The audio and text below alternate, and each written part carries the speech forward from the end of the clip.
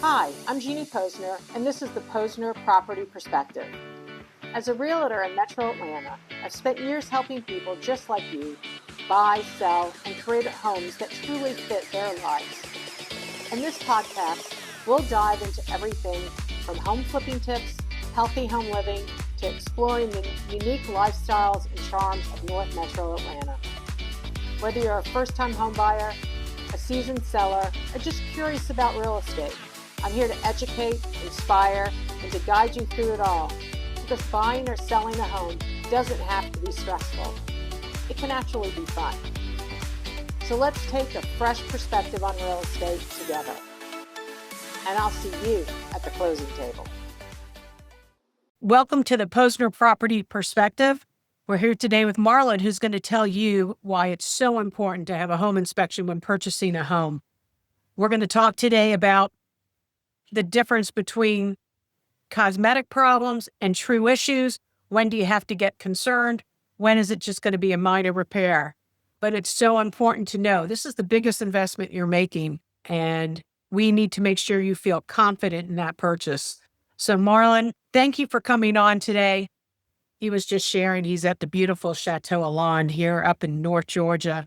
Unfortunately, it doesn't sound like you're going to get a game of golf in, but No, I'm up here, home Jeannie, doing a inspection. little work, and I do want to say thank you very much for having us. When we got the invite and found out it was you handling the podcast, we were thrilled to be involved.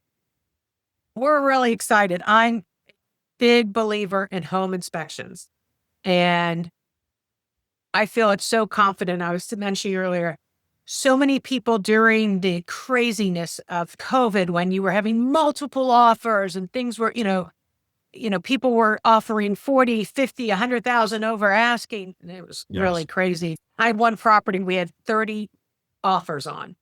Oh, wow. And I told both my seller, you know what, let someone do a home inspection. We can ask that they don't ask for repairs, but I think it's so important to know what they're buying. So give them an idea. What do you look for when you go on a home inspection? What is that all about? That's a very good question, Jeannie. And first off, I think it's vitally important to work with a professional home inspection company. And you definitely want to try to work with someone who has experience and someone who's got some time underneath their belt in performing inspections. And I think one of the things, I'm going to go back a little bit, is Sure. in the state of Georgia, there's not, quote, a license, but you need someone who's been certified, and there's societies that they can be members of. And that's something that you've definitely have shined in. If you want to tell people a little bit about that, would be helpful. Sure, absolutely. Well, first off, I've been extremely active in the industry. I've personally been performing inspections here in North Georgia for more than it's kind of make me think, wow, you're getting more seasoned, Marlon, more than 2 decades here in Metro Atlanta. And actually, I got involved with it because I home inspections by chance. I actually have a corporate marketing background as well as a background in real estate investing. And I actually invested, and I'm gonna date myself by sharing this too, Jeannie. I purchased my first investment property back in 1994. I had just finished playing professional basketball in Europe, and always knew I wanted to get into real estate, so I started investing. Next thing I know, I'm rolling over into performing professional inspections for clients. But it's vitally important here in Georgia to do your background on the inspection company to make sure that they're licensed, certified, heavily insured, because Georgia, out of all the states in the Southeast, Georgia is the only state that's unlicensed. Alabama, Tennessee, both the Carolinas, Florida, even Mississippi, that's not to slight Mississippi, but even Mississippi has licensing requirements, but Georgia does not. So it's vitally important that you not have a friend of a friend, that you make sure that you have someone who's very knowledgeable of homes to perform your inspection for you. That's one of my jokes. This is not the time that you get your Uncle Bob, who's done a lot of DIY projects at his home, to come do your home inspection. So you true. need someone who's been professionally trained and knows what to look for. Absolutely. And typically you want to work with someone who's a part of a professional organization And they're just a couple, in my opinion, major professional organizations, and one of them just so happened to be American Society of Home Inspectors. Acronyms that they use is ASHI, ASHI, and ASHI requires that home inspectors have at least 20 hours of continuing education annually to be a part of the organization. So by you're just electing someone who's a member of ASHI, they've had some training and have been around other professional home inspectors. And in some instances, they're very knowledgeable. So essentially, training is so important because there's always new things. 10, 15 years ago, mold inspections were not maybe a big thing. Now there's not a house that I don't not have a mold inspection done and do testing. Radon is another thing, especially here in the state of Georgia because of Stone Mountain. Love Stone Mountain, but all that granite puts a lot of radon in the air. So you need inspectors who are constantly being trained, and not only with different items to look for, but the technology has changed. Sure. Absolutely. Yeah. Technology over the years has drastically improved from when I first got into business, for sure. Back when I first got into business, we used canisters to actually perform radon tests, like side-by-side canisters, charcoal canisters. You had to leave in the property for 48 hours. Then you had to send it to the lab. And the lab that I used was in New York. So typically it was 2-3 days turnaround just to get it shipped there and get the results back. Now, technology has improved to the point where there's even Bluetooth technology. We as a company use a state-of-the-art equipment to actually perform the radon test. As Bluetooth, our equipment doesn't just give you one number, but it gives you a reading every hour of the 48 hours test. So you'll know if there's certain times of the day or night that levels are higher or lower. And not to get into too deep into it, Jeannie, but it's very important that you have someone that has the technology to do the best job for you. And what about all the new thermo imaging? So unfortunately, this past weekend, I had the flex tube that goes from the clean water supply to the toilet broke off. And and we had water. So it's having the ability to have it thermal tested to know, did we get it up quick enough, or is it wet, and is it going to, Yeah, it's important to know, especially behind walls and dealing with water. I mean, you don't want to always have to just tear into things prior to doing an evaluation on it. And utilizing thermal imaging is one of the best ways to do that.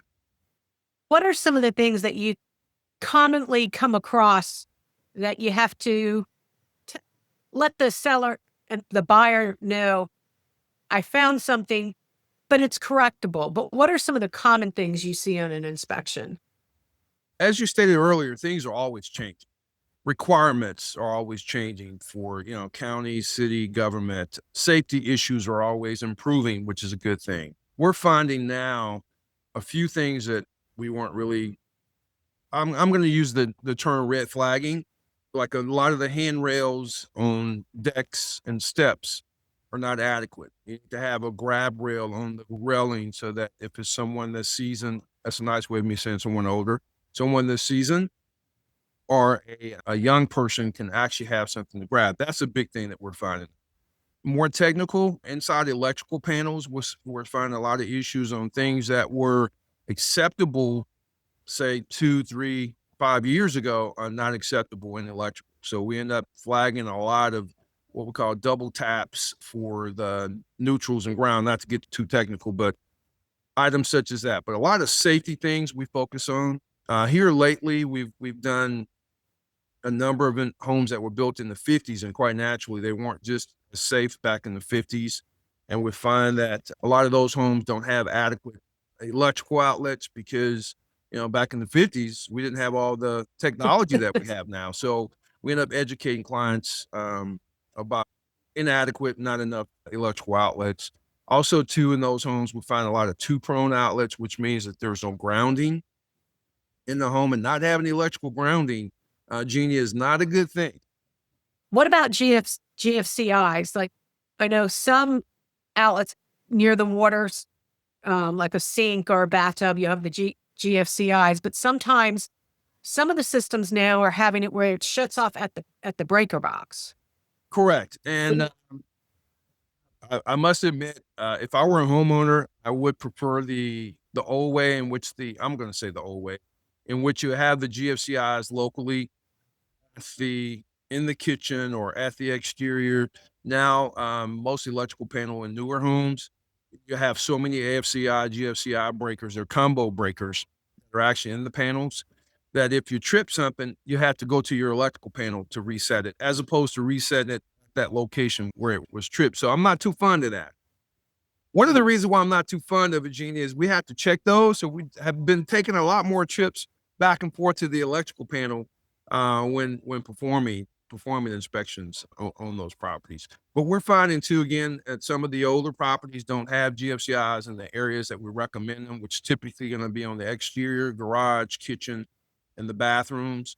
You just don't have them all in those areas. And like I say, each era of homes being built has its own set of issues. And being that we've been at this for quite some years, we understand that certain homes are going to have certain issues. Like one of the big things here in Metro Atlanta, not to get into too detail into what we're finding, but one of the big things is if it's a home built in the late 80s to late 90s, the biggest thing is polybutylene pipes, which has been a recall on those. If it's a home that's built in, I'm going to say 70s, 60s, 70s, and possibly 80s, the big thing is the electrical, Federal Pacific electrical panels. And the reason why that's a challenge is those breakers don't trip where they're designed. Been a number of homes that actually caught on fire because of faulty breakers inside the panel. So each home has its own set of issues. Homes that were built in the 40s and 50s have cast iron plumbing pipes, which are known to have buildup on the inside of them. So you're having an issue with drainage. So we typically flag those, and those particular ones, we were just talking a little bit earlier about different services that home inspection companies provide.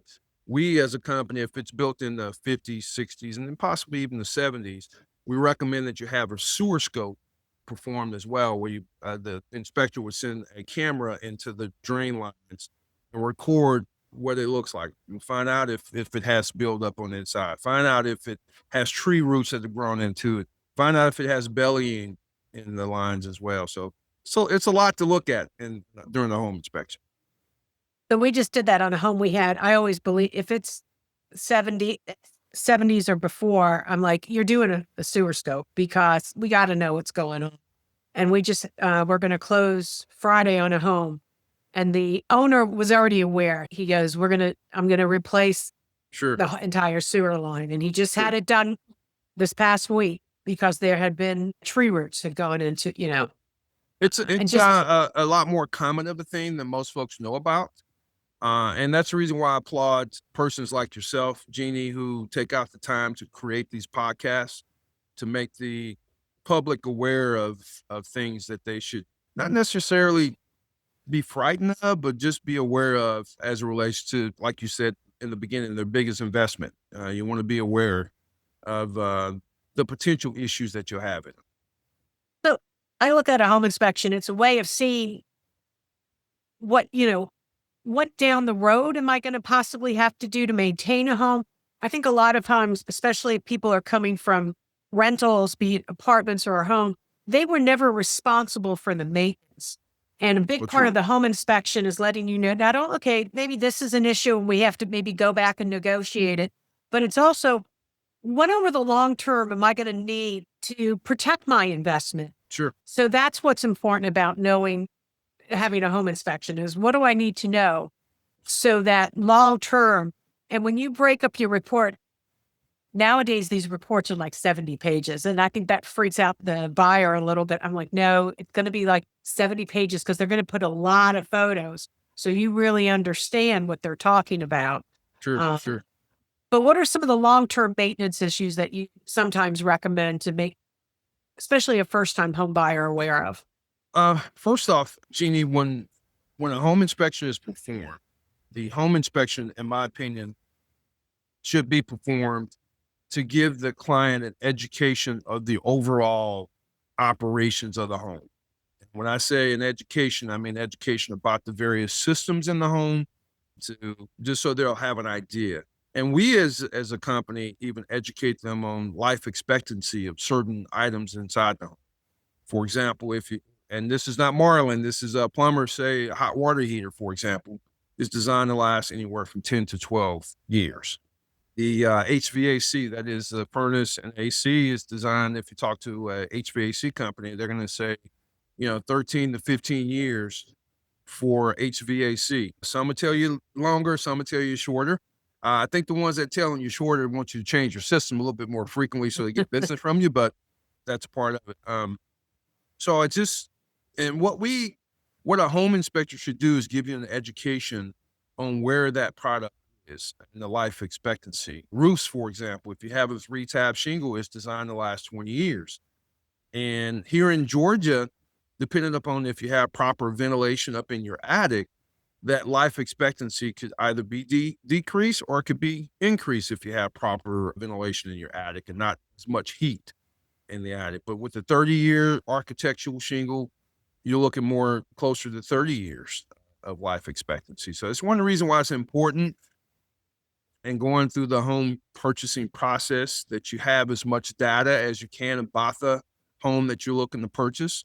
And it can actually even help the home inspector in giving you a better overview of the overall condition of the home. I know that was a long answer to your question, but yeah.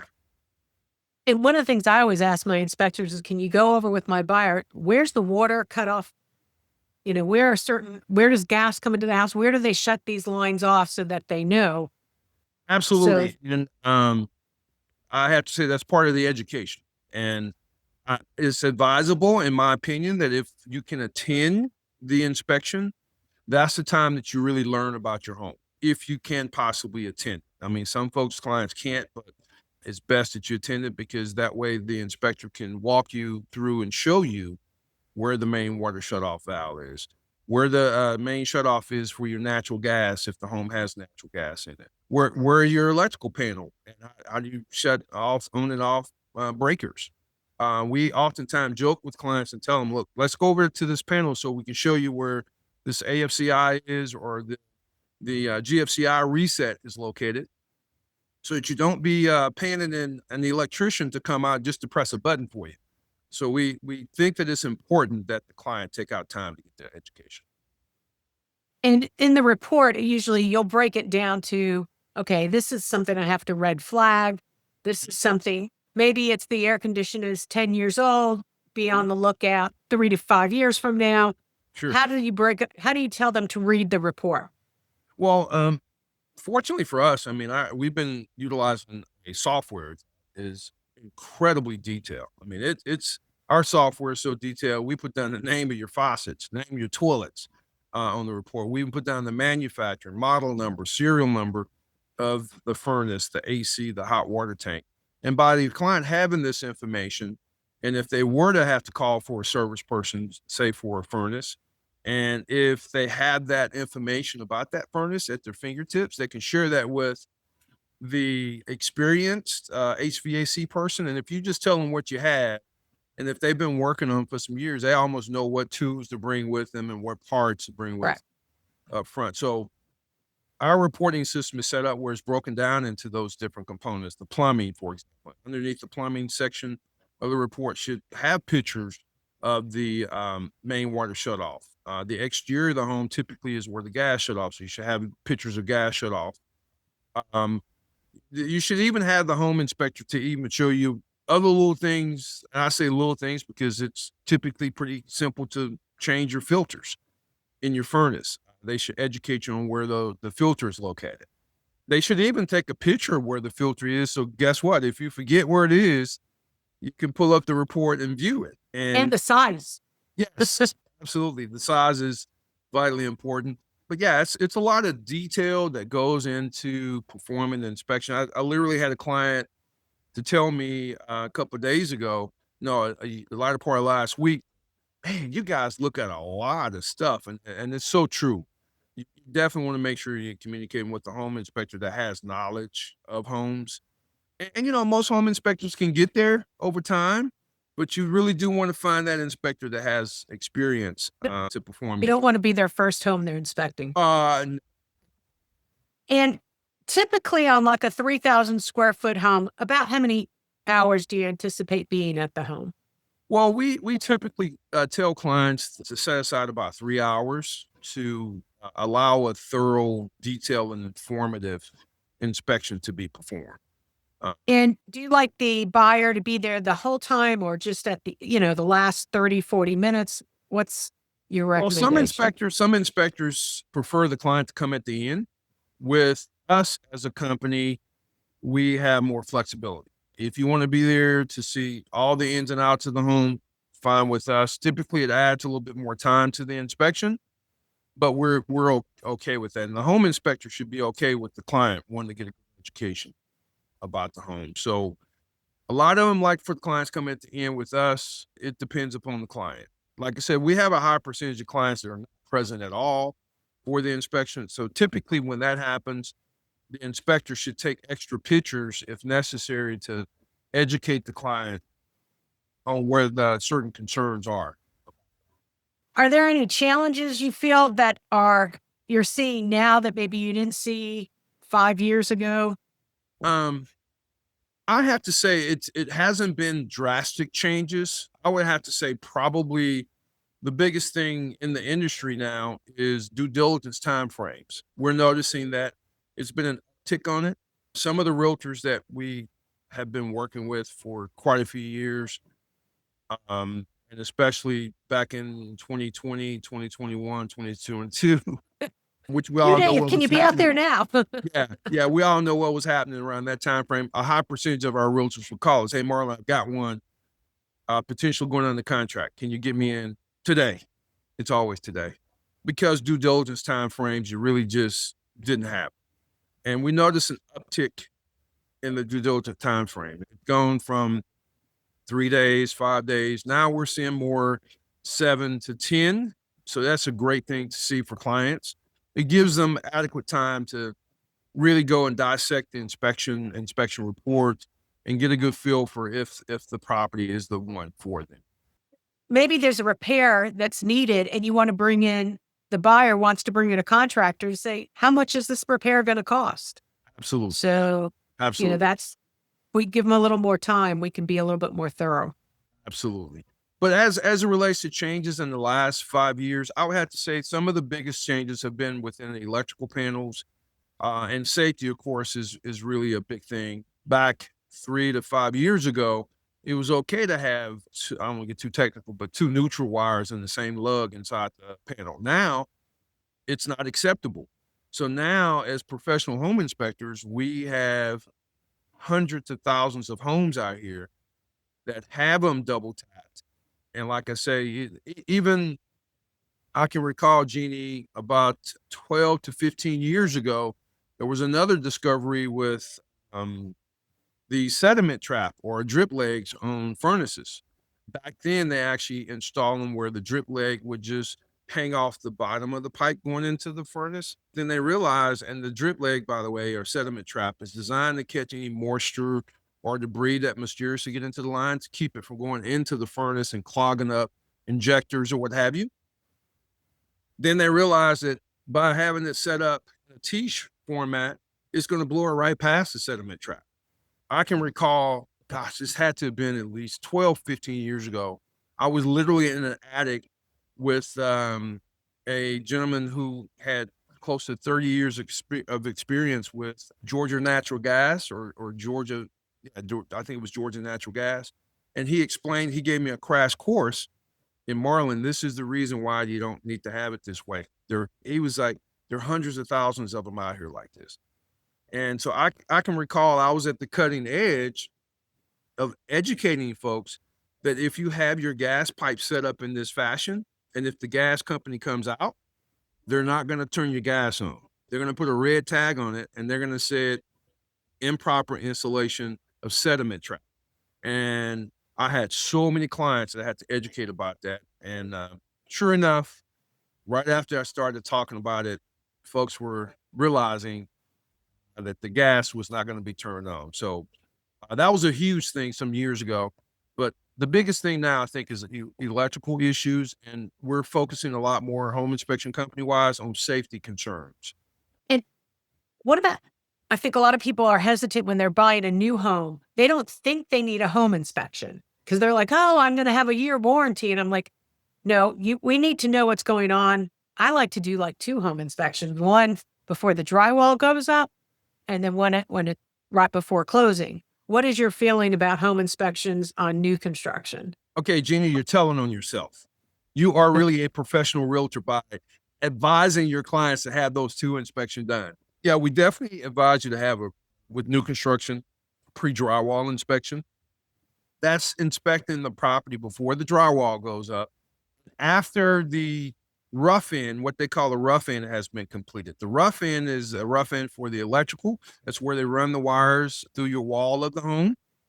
They run the plumbing through the structure of the home as well. And you need to have certain protectors over your pipes so that when the sheetrock guys are installing sheetrock, they won't put screws or nails into your pipes.